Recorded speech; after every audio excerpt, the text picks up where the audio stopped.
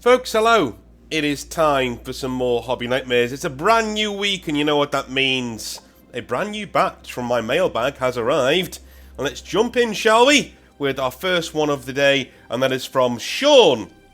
And his Hobby Nightmare is titled, First Hobby Nightmare, Unintentional Nurgle Outings.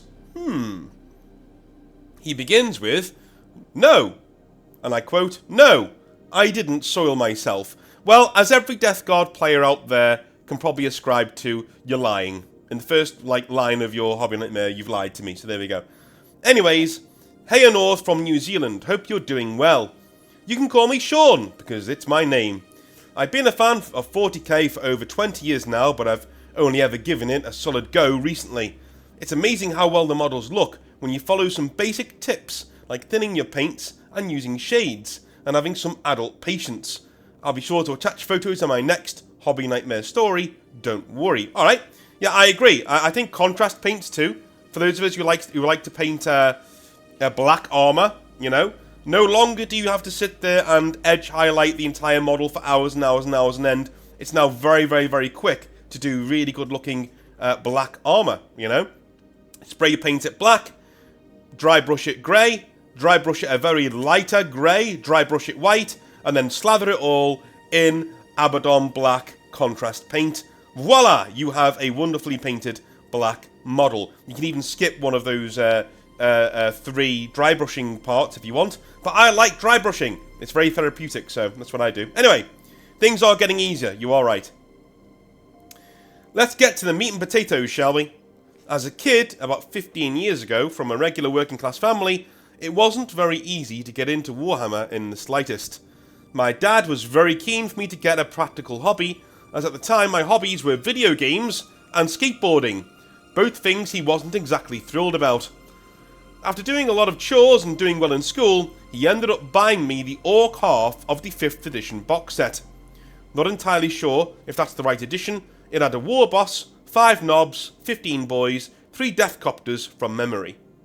I also got a few paints brand new, and bought some of my cousin's older paints and brushes as he was leaving the hobby to focus on spending his money on flatting and his new girlfriend.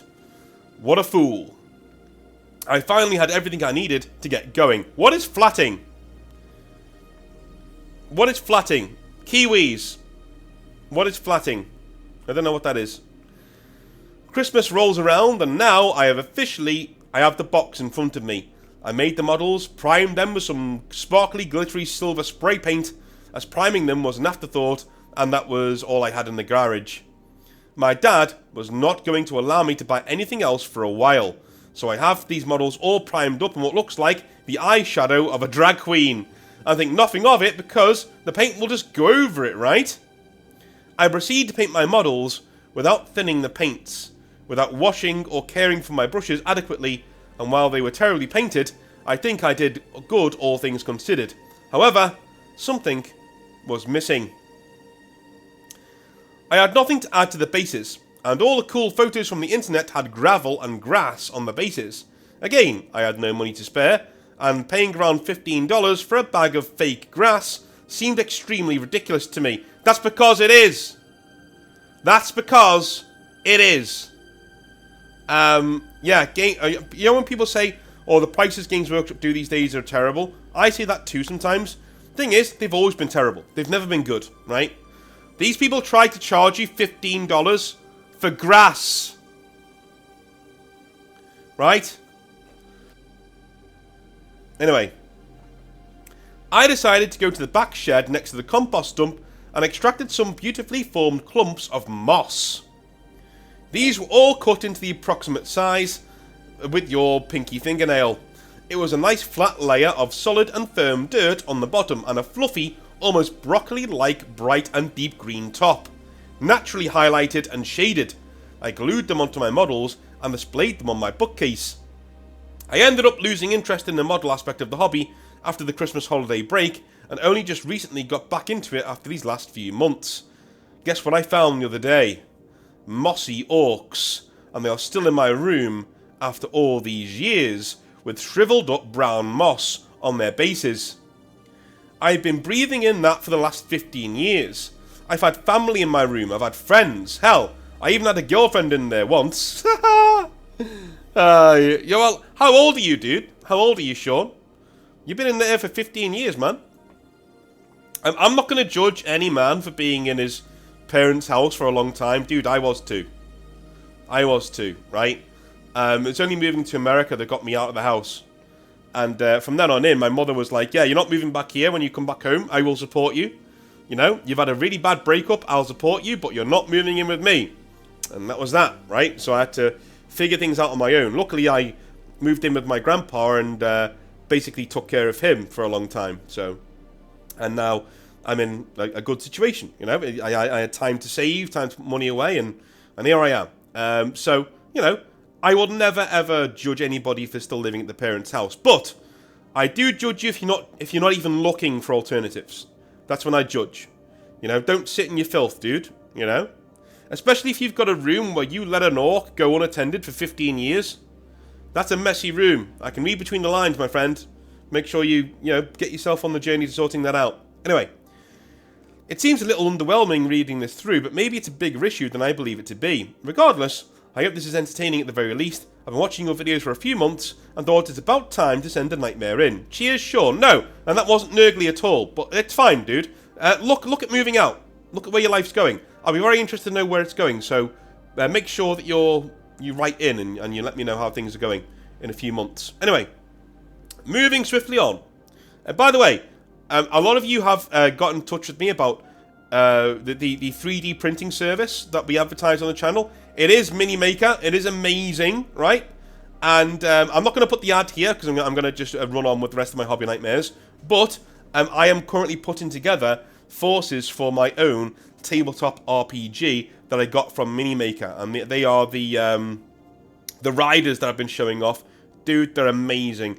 They're in the description down below. Just head over there and look at the website. Those files, I'm going to tell you right now, are essentially what you get out of the box. When they send you those models, they look like that. I can have no higher praise for a service than that. And I'm having a blast painting these, dude. They're amazing. I'm going to show them off on Wednesday for our next ad. But yeah, if you want 3D printed models this Christmas, head on down there, get yourself some to supplement your stocking fillers and things like that for the hobbyists in your life. It helps me out and helps them out. They're good people. Anyway, moving on. Alright, we have a nightmare from Justin. How's it going, Justin? He says, hello, North. It's Justin again, the Nid player whose swarm was crushed by Sarah's great big fat ass. Yeah, I remember that one. First off, Ben, Sarah and Junior are well. I got them a wow onesie and Junior is healthy. One negative on Ben is that he and Sarah were permanently banned from the store. I didn't take into account that they broke the store's table and Sarah was apparently on thin ice anyway. Wow, okay. So if none of you guys remembered, this is a guy, Justin, who went for a game with his friend Ben in the store, and his girlfriend Sarah came in, was all over Ben, and jumped, backwards, and ended up going straight through the table where Justin's army was and crushed it. And so apparently she's been banned from the store, so there we go. Are we going to get any more context? Let's see. Sarah was involved in store drama with the store's owner's girlfriend, fudging roles in Dungeons and Dragons, and Sarah would rather fight than let it go. I've asked on Ben's behalf to be let back in, but it seems Sarah is the piece that neither side will let go of. Okay. Ben won't go in without Sarah, and the owner just wants to avoid dealing with Sarah. I understand both sides. Sarah can be a pit bull and never lets anything go, which gets a bit obnoxious at times. However, the owner's girlfriend is reaching a point where people have dissolved entire campaigns because no players want to play with her. I played alongside her once in D&D, not much of a story I'm afraid. She never failed a roll and picked up the dice before anybody else could see what she'd rolled. She also cried twice because the enemies attacked her. Oh my god. Oh days. Lads, the main thing I've learned over the years, build your own castle. right? Build your own castle. Until you find a woman that you're sure is of, shall we say, mental acuity, right? And she's robust enough to be in your life forever, right? I found that right now. So me being in that situation, I'm able to look at my other relationships that I've been in and realize, yeah, those weren't built on solid ground. This one is, right? You can kind of see it. But build your own castle. That's when people with... if you build it, they will come. Literally. Now, what I'm saying is, you need to make sure that your life is moving in the right direction and you're happy in your life. I say this to dudes all the time when they say, well, I've got a job, I can't just walk away. Yes, you can, dude. Yes, you can. Right? Take a year or two out. Go live with your parents. Serious. I know I said last time you need to have a plan for not living with your parents. Yeah, that still holds true. But if you need to take a few years out to just save some money, to get yourself on an even footing, to find a job you like, to go back to university, to get qualifications, to do what you want to do in life, go and do it. Put the building blocks in place. Bet on yourself. Bet on you. Because if you build a life that you're happy to be in, other people, especially women of good quality, will also be happy to share it with you. If you have a life that's not really ready for a woman of quality, she will come into your life, smell a rat after a while. It may take a while, it may even take a few years for her to get used to your bullshit and go, I don't like this, but she will leave and your heart will be broken and your life will be shattered in half. And that leaves you with half of nothing because you had nothing there to begin with. You were literally using that woman as a kickstand. No. You're supposed to be the strong one. You're supposed to be the one making stuff happen. So, bet on yourself, build your life, build a castle, and be happy to live in your castle on your own.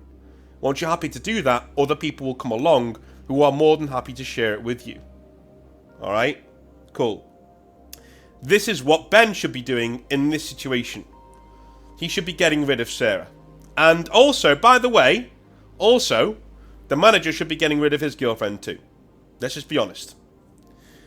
They give women in the hobby a bad name. That's why people are saying, look, whenever girls get involved, everything goes to hell. Well, yeah, that's true because women like this exist, right? But that's your fault, dude. That's your fault. It's not their fault. You let them in. Bitches are gonna bitch. You let them in. You have the power to exorcise, right? Cancer is cancer, dude. It's gonna be cancer. But if you choose not to get treatment, that's on you. That's on you. If you choose to just lie there and suffer, that's on you. Alright? It just is what it is. If you choose to just lie down and die, that's on you. Same with fire. Fire burns, sure. But if you stand in it, then don't come to me moaning about being burnt, because you're standing in fire. Anyway. Changing subjects, because I don't have much context on Sarah and the girlfriend story, I feel like I'm just spreading rumours without more facts. But anyway, at a different store, a friend, Derek, has been volunteering to help his son's Warhammer club.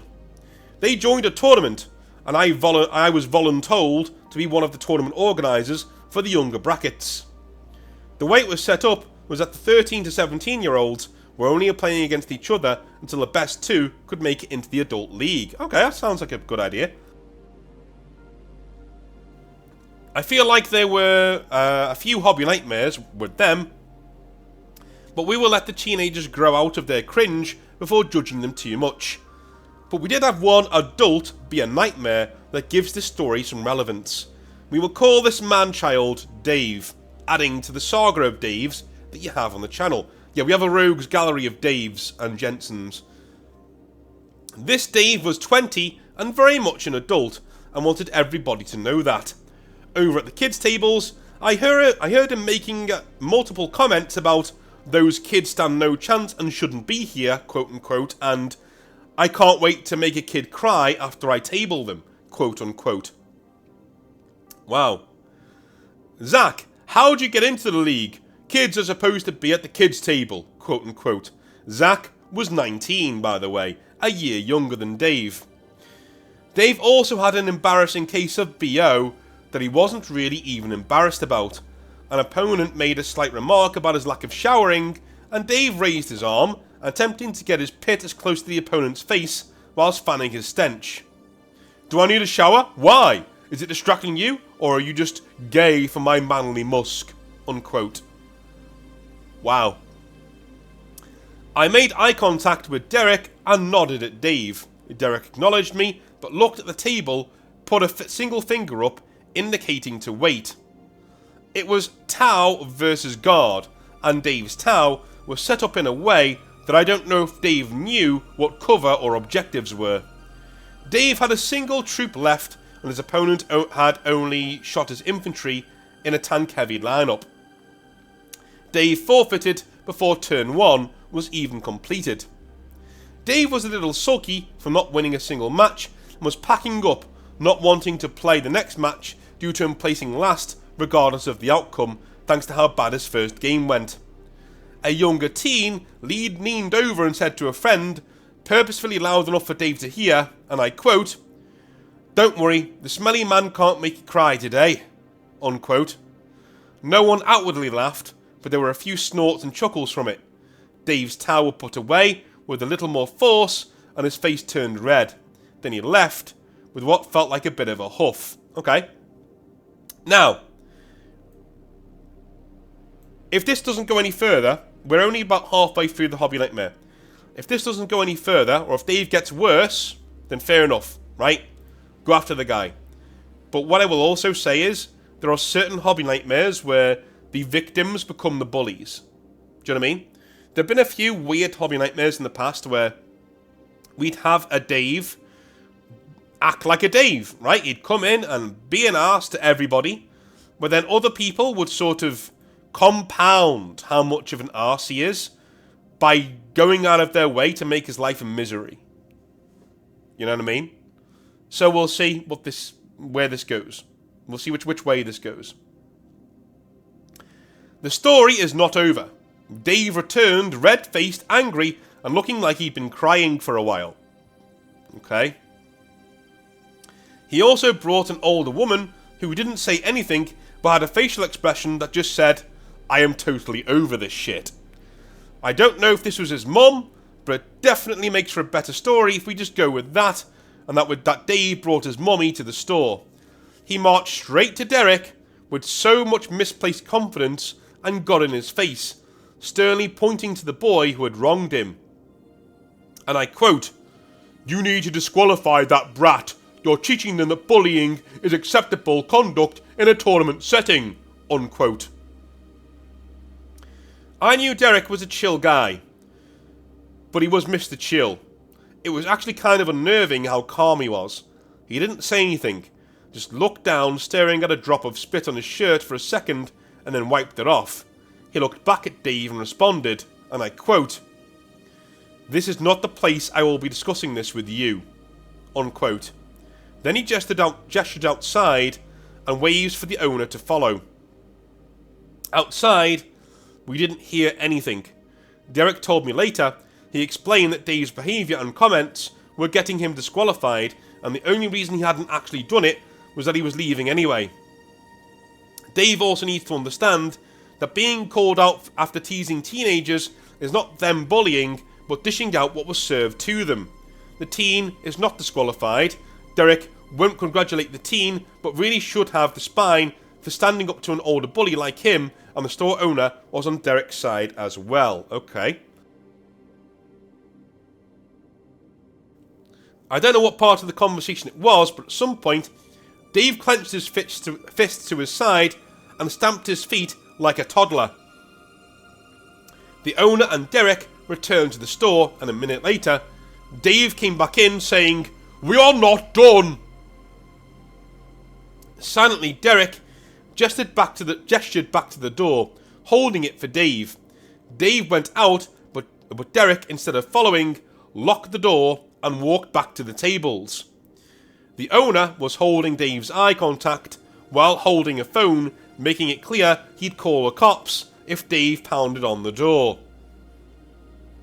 I wish this wasn't so fresh so I could give The Return of Dave Part 2, the stentioning update, but I'll keep bugging Dave to see if there is any new tea. No, I don't. Don't bug anybody, man. Leave it alone. Now, as an encore, a different but very short but kind of funny story. Okay. I was with my daughter and wife at a hobby store out of town. I was browsing and thought, since it's more of my type of store, the wife would watch the daughter. Once done, I brought a couple of paint supplies from my airbrush to the counter. I looked at my wife. Where's our kid? I asked. The cashier replied instead, right here, pointing at my daughter behind the counter. My daughter had been touching and squeezing his mechanical prosthetic leg.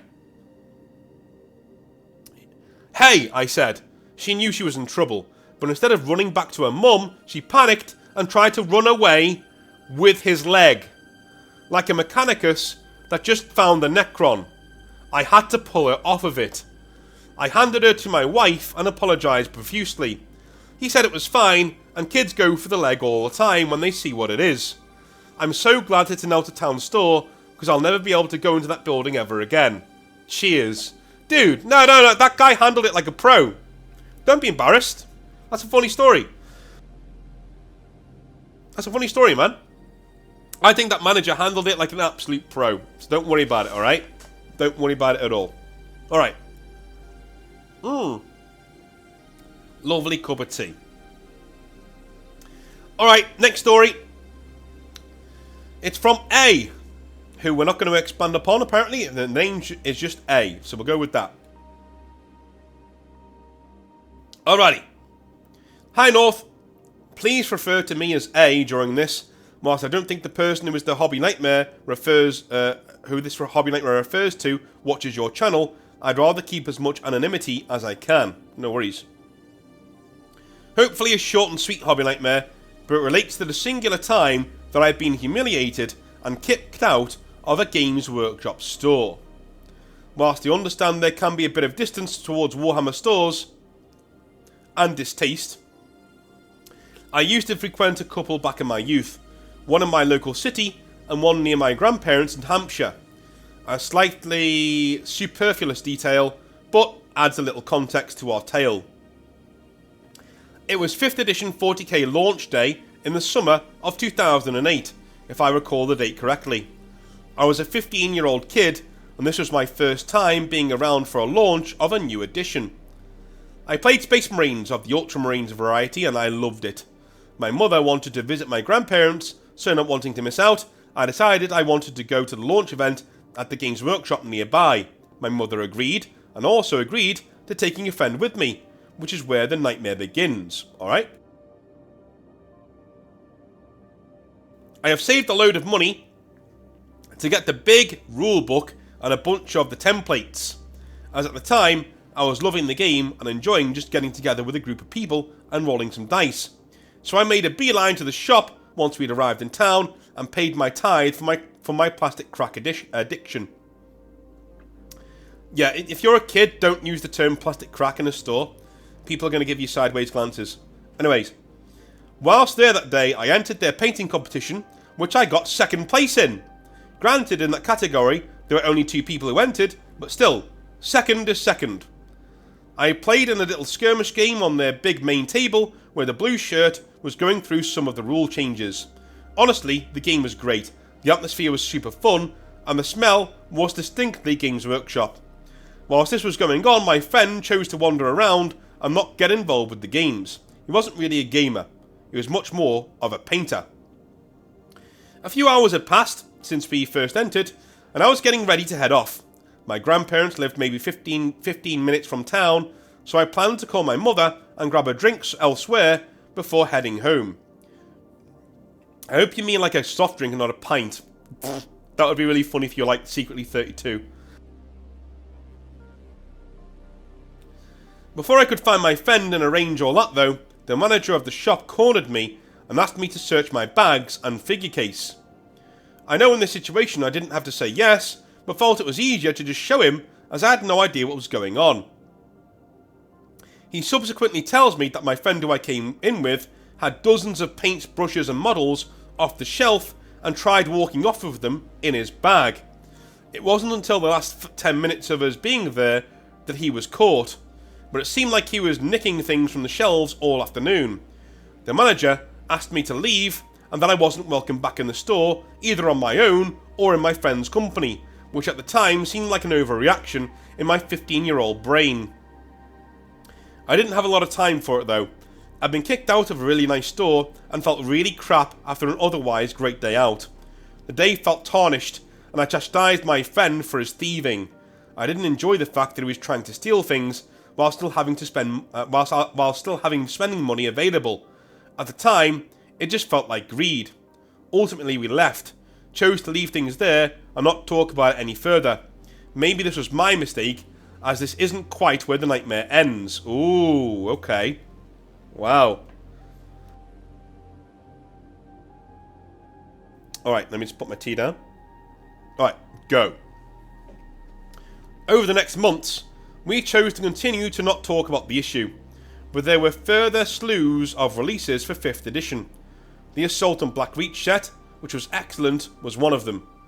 Me and the same friend went halvesies, as you do. I think the set was £50 or something on release, and the box was stacked. My friend had orcs, and I have everything else. I think I paid slightly more, as I took the rulebook and gaming items. I subsequently somehow managed to lose a mini from this set. As we kept hobbying over the next few months, certain things kept coming up. I was very anal about my models, and I have a mental note of everything that I own. Maybe I'm somewhere on the spectrum, but I had an in-depth knowledge of my collection. During this... No, mate, you're just a hobbyist. That's not autistic, that's just being a hobbyist. I am too.